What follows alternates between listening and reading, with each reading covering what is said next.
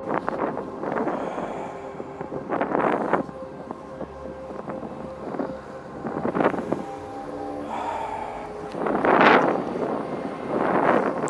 everyone. Today's talk is titled How to Smile Transcendentally. So smile transcendentally. And what that really means is that we first dive into the concepts that we have of transcendence, and we wonder, could it be more than fantasy? And so you are questioning the human experience, and in doing so, you are receiving answers that are your new gaze. When you look at the human experience, it is positioned in a certain format. What that means is you have a certain form, and you're looking at things. And as you do, you breathe, and you notice that thought seems to, quicker than you, already be there, because how else could there be anything other than thought? When the thinker questions himself, that's a very profound moment.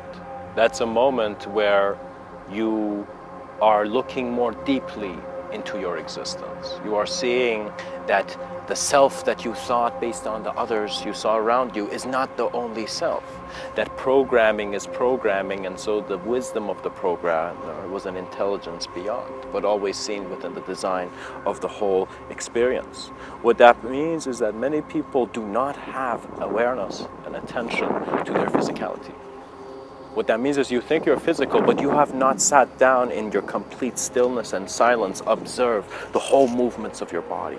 Not just observe your breathing, observe your whole existence, observe the whole moment, and see where the unknown takes your knowing. Fear is created when you know too much. If you don't know too much and you're always taking steps, you have nothing to fear. And that's simply more of an infinite understanding from that. The edge of your experience is your consideration of an edge. And so are you willing to move beyond the many ways that reality can be cut up?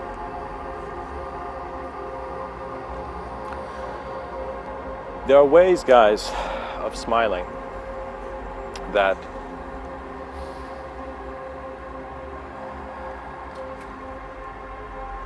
is one where you are very comfortable with your moment. And in that existential comfort, not the comfort of the idea getting what it wants, but just the existential comfort of the greater reception of man,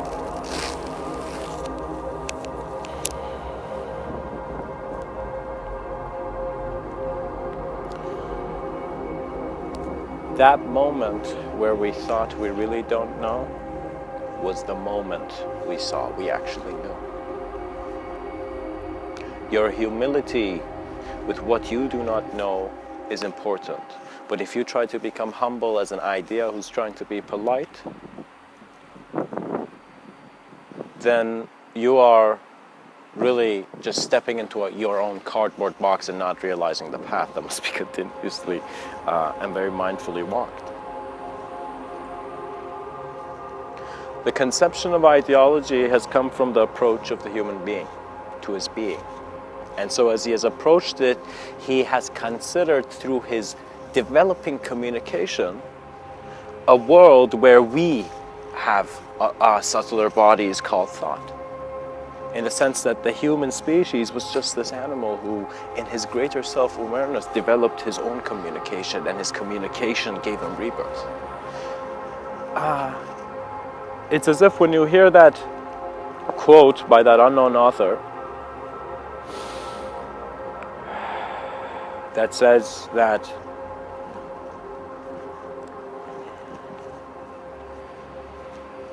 we will give you life, as if one aspect of species of man talking to its future species of man and saying that we will give you life and you will give us the afterlife. Do you see that? It's as if on some subtle level of being aware to thought, you're seeing that all reality is your conception in the moment. And so its value, when it reaches unknown proportions, your sincerity is making everything clear. And so clarity never meant it's going to be gentle. Clarity means you looking at your ideas so deeply that if they are lies, they are broken in an instant. You adjust yourself as a human being and you look at this life clearly, then you decide what to do. What that means is that person who's being hurtful, abusing another human being, another life form, that person has not looked at life a bit more clear. Because if you see a bit more clear, you will immediately, or your whole system will harmonize and you will let go of your bad habits. It's not that it's something you need to think and then find a salvation in it. So in this awareness to the moment that we are all conceiving this, it's as if our energy is dissolving into the manner where consciously this idea can be passed. We are not afraid of death. We are afraid of losing life. And what that means is we are afraid of shifting from our individual consciousness as in the idea construct, which is our personality. And when presence sprouts and a lotus is very profoundly unborn, you begin to see that your knowing existentially beyond language was your passage. That your creation in the moment did create your afterlife. And so you begin to see that it's as if humanity begins to notice that if we are not conscious now, there is not a very quality creation passed down. What that means is more important than you helping the world and giving to the homeless, but still being very arrogant and greedy and having anger and many problems of your own creation. You must really begin to see that do we want to, as human beings being alive now, do we want to consciously pass on to the next generation? Or do we want to very unconsciously transcend? What that means is consciously is that me as a life form, I'm not even bothered about the physical expression of that is my emanation now. But what is present here is not bound to conceptualization. And in knowing this presence, you are being aware of your ideology. There's no longer anyone else who was trying to help you, and there was no one who could ever help you because you had to get off that chair. And if you did not want to get off that chair, guess what? We could bring 100 hands and they still could not carry you.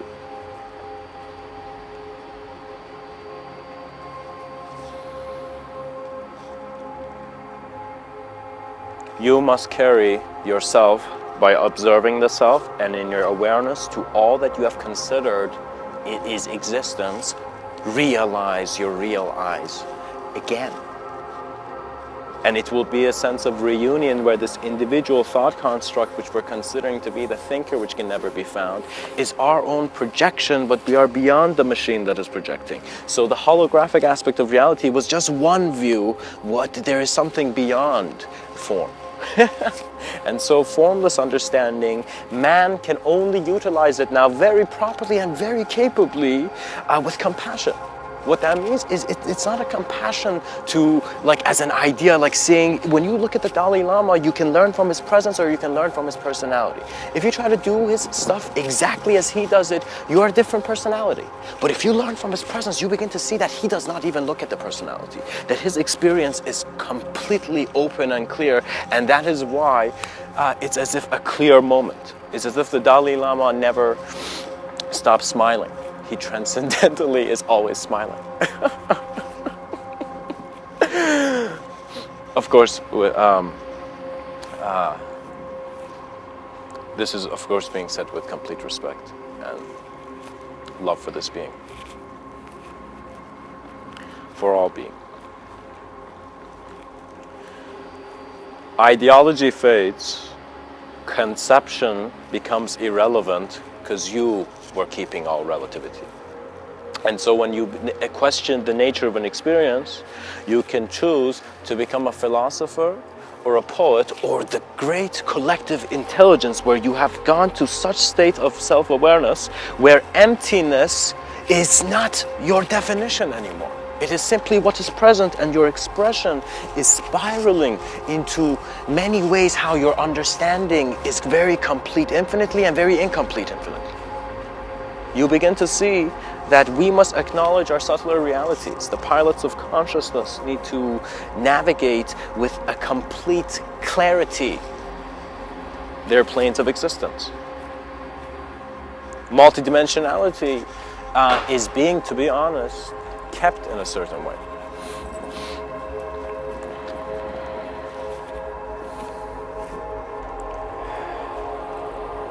And what that means is that just like how you don't open a valve when the cup is little, you don't open the valve too much.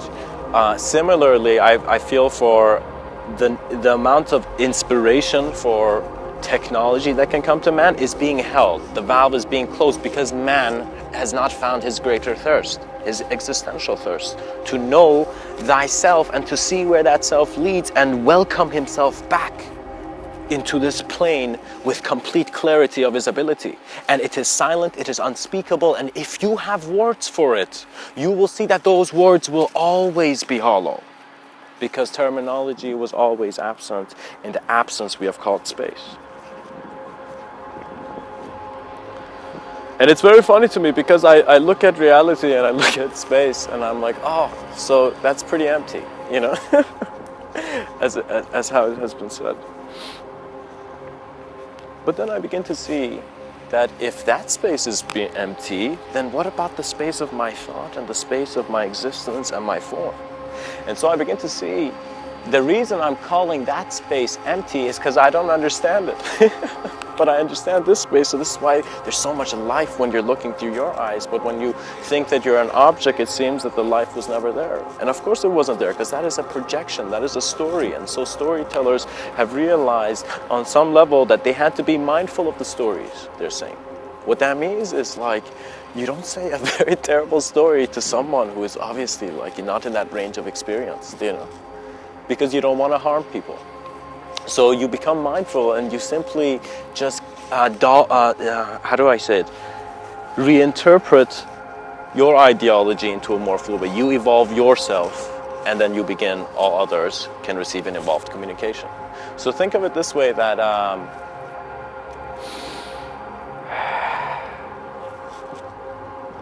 man is looking at life and he wants to live a fulfilled life, not a good life, not a bad life, not a heavenly life, not a hellish life, not a wealthy life, not a poor life. When man observes the nature of life, he sees his ignorance, and he can, using his observance, be his clarification.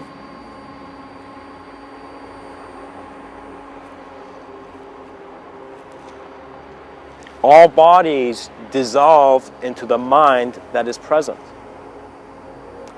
And all conception is kept here to show you that it's empty. So it's as if realization was a gaze that could never be set, because it was only when you reached a certain point, you begin to see that the reason is because you have to work with the quality of your experience.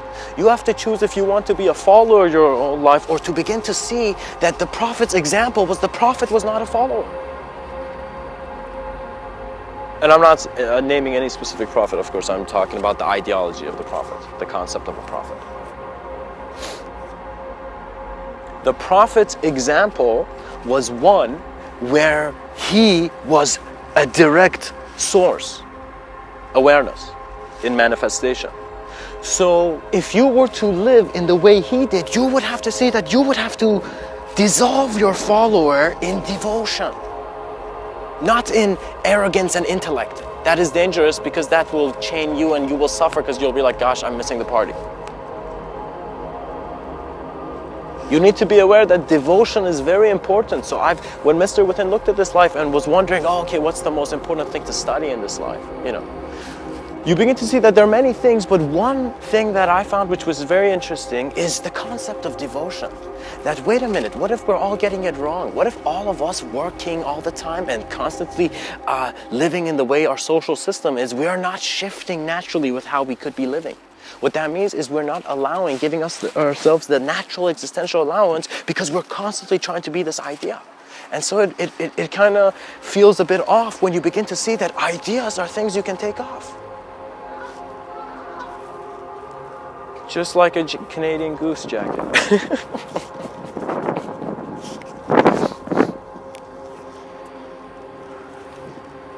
See, study your states of being, study devotion, study how existence is kept with an intelligence that is not non-linear, but in your action and in your complete allowance and surrender.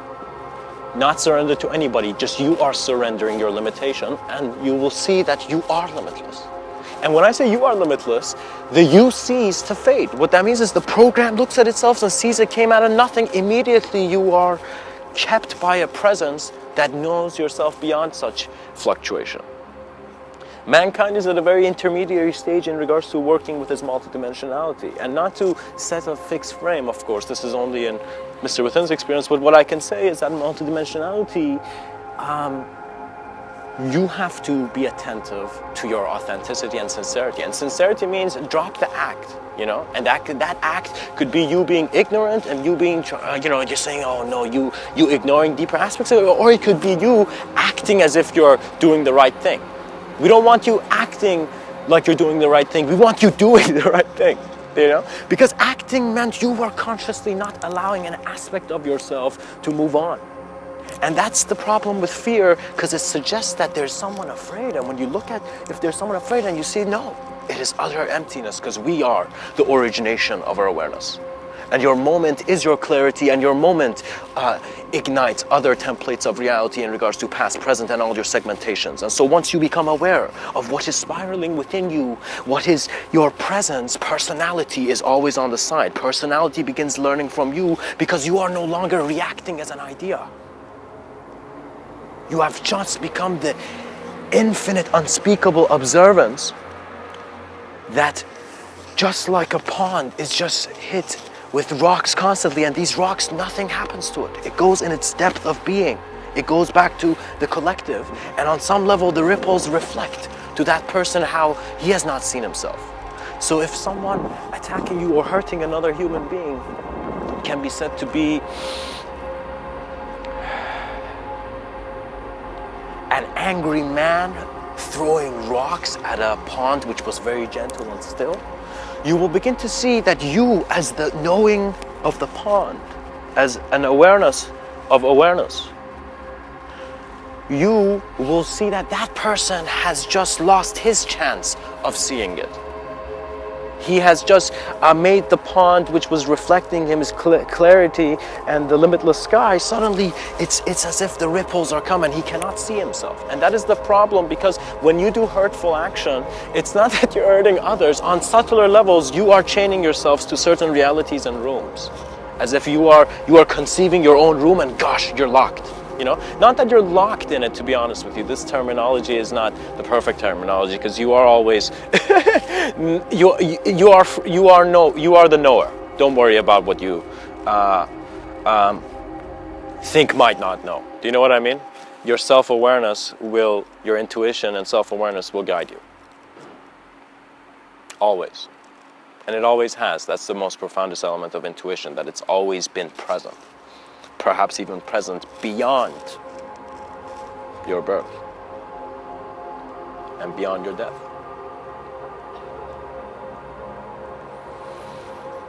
As we smile transcendentally, we begin to see that when we hurt others, we are limiting ourselves to certain projections of reality where it'll be harder for us to see a more gentler world.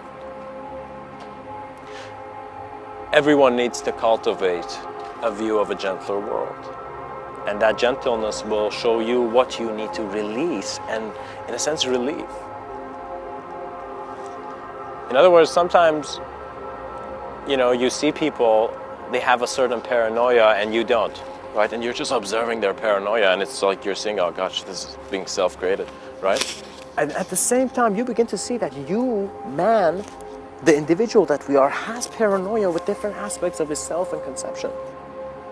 And where does paranoia originate? Perhaps from a lack of awareness to the origination of thought, which suggests a very firm self. We are always basking in omniscient observance. But there are no words for it. And in a sense, there are no worlds for it.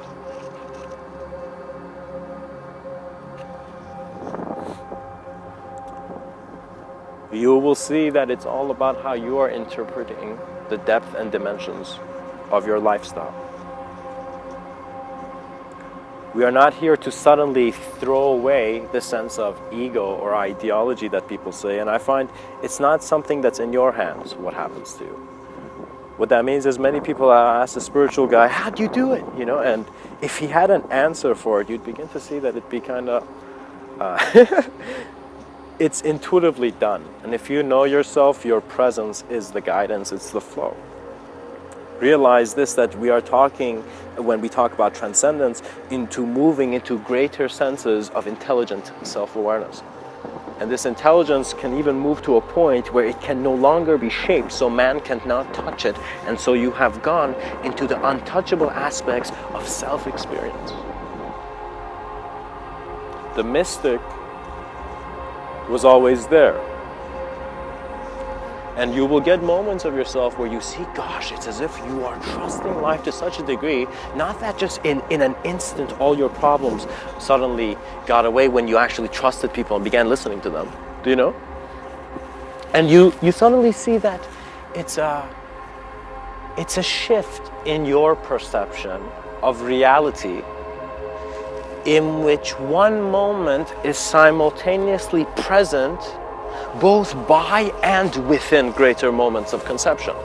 And this conception can go infinitely, so creativity would always be present if your vision was enhanced.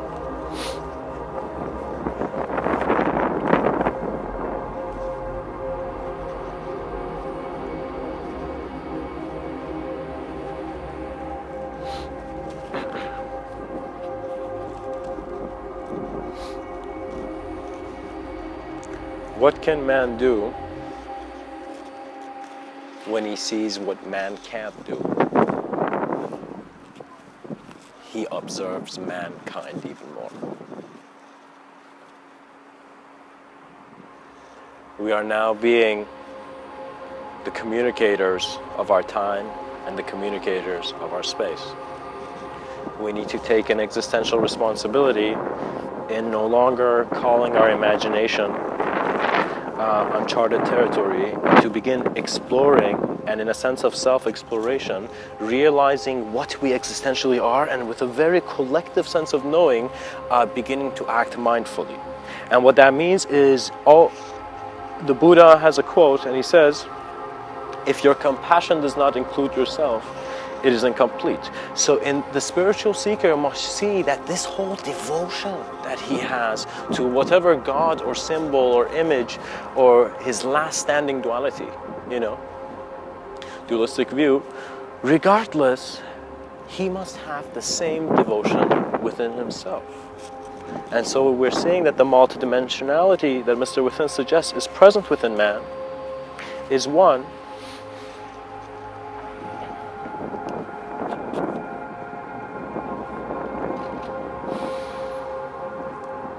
where we are not individuals,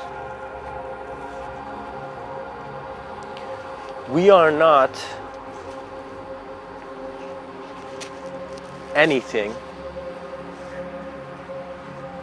we are a present moment in which one individual reality self-reflectively realizes, will begin to see is transparently and transcendentally present with many subtler planes of conception. These planes of conception are your introduction to greater aspects of your mind, and remember, existential responsibility begins with compassion of the self. Remember that Buddha quote that was said. Because it is not that we should all turn into Buddhists, but we must take the greatest understanding of each idea, regardless of who said it, and then see that the content is based on how the meme was set into place. How the beginning brick was put was very important. It suggested the geometry of the whole house.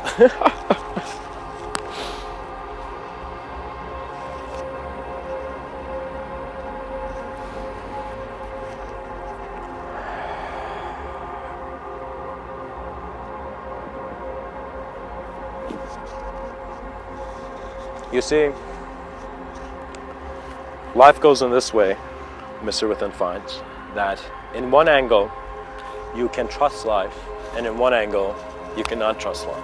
What that means is, regardless of what experience you're having, you either trust it or you don't. But if you trust it, if you take the path of trust, you will begin to see that trust requires a sense of clarity and sincerity. So you will begin becoming more sincere and authentic and trying to see that you should never lie to yourself. Regardless if you've lied to anyone else, you should never lie to yourself. And then simply see that from that firm foundation of beginning anew, from a source of you which is not good or bad, but it is simply another moment of allowance, complete allowance to do anything, you begin to see that from there on, you can choose to very mindfully walk into realms that you can be. So you see, right now, I say apple, you can visualize an apple. Some image is there, perhaps, let's say, present in your awareness. Now this image of an apple, it can suggest infinite worlds, beginning from Eden's mistake to Newton's inspiration.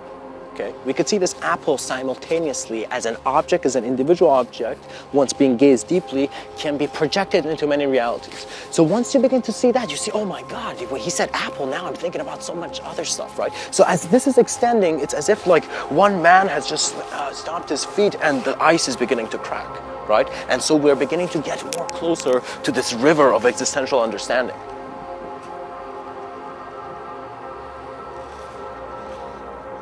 And so the thought moves from just being an apple to being the world suggested to an apple, to being that world compared to the world you are now. And so you're beginning to see that thoughts have an influence, and they are just like how, let's say, whales make a noise. They are man's way of recognizing his subtler realities.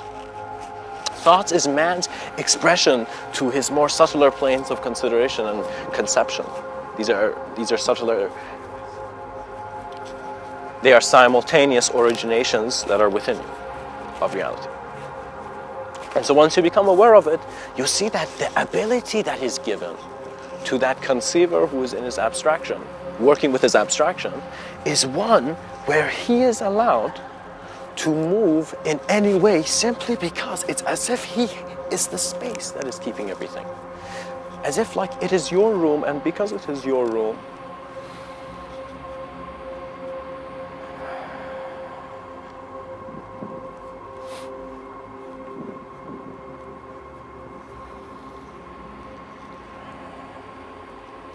you have the free will to choose what to do with your reality and how you leave it and how you enter it.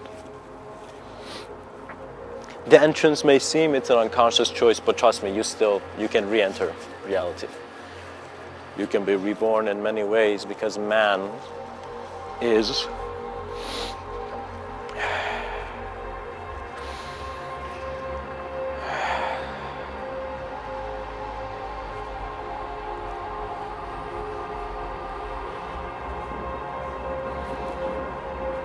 a drop of ink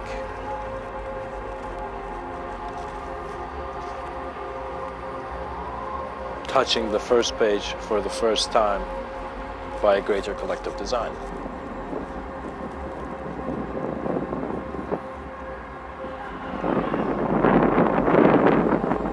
We are a new experience of human. Each person is alive. And so your awareness to how reality is placed will make you smile, and you will see that in trusting life, the path has gone to one where you begin, after accumulating a lot of trust, seeing that trust is never an idea, and then from that, moving and recognizing that the lack of trust was never an idea too. And so what that means is our not knowing is based on a lack of trust. Our knowing is based on what we trust. What that means is you got to trust what the word apple means to understand what I'm saying.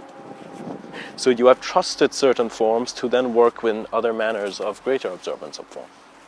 And this all leads. There is a spectrum which is one that is, let us say it is your spectrum of experience.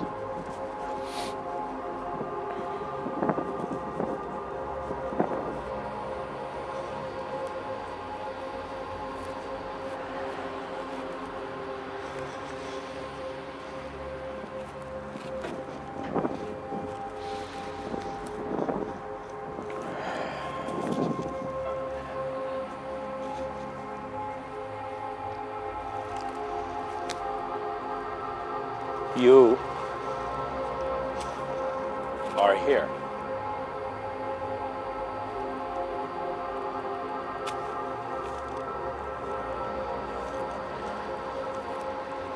Now,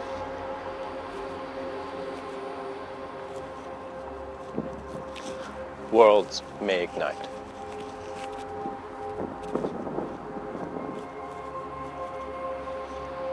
The next initiations for mankind are ones where he's trusting his more advanced communication. He is smiling transcendentally in his existential awareness that is untouched by any idea. Ideas was an aspect of your own self-communication in which the personality was present in a certain way.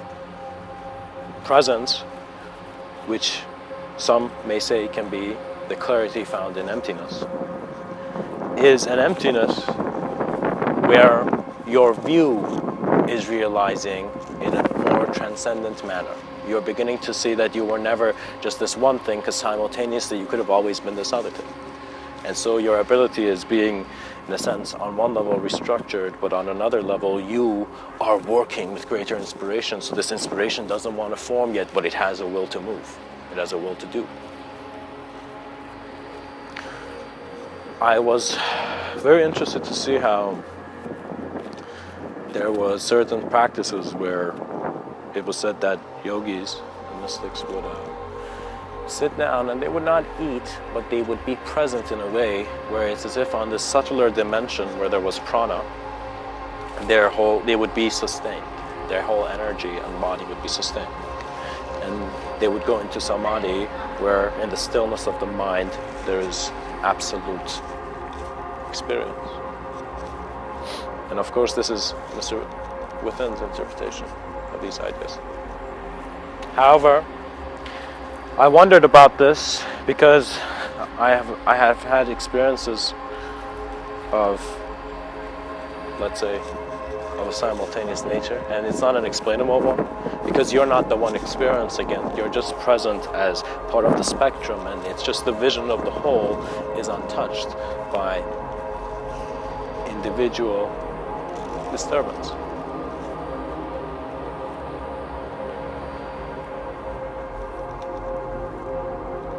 Once you stop playing games with yourself, you see that, how's it going?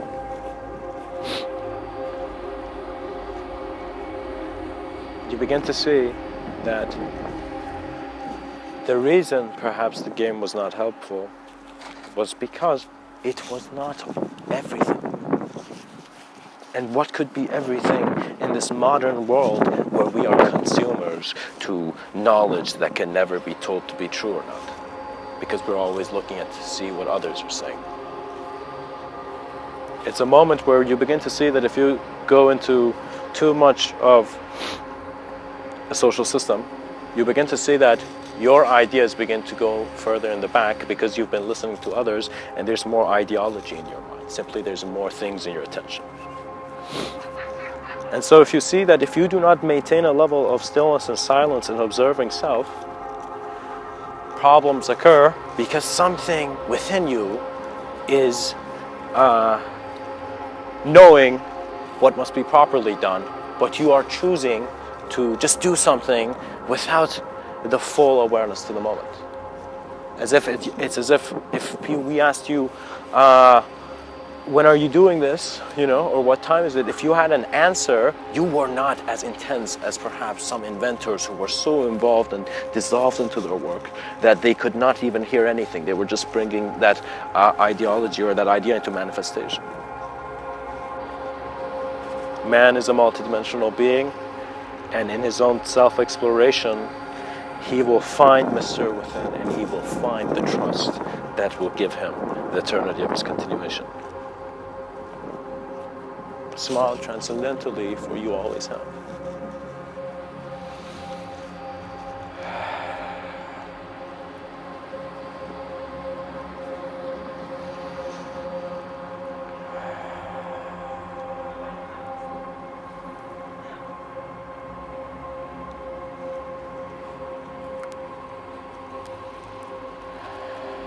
Much blessings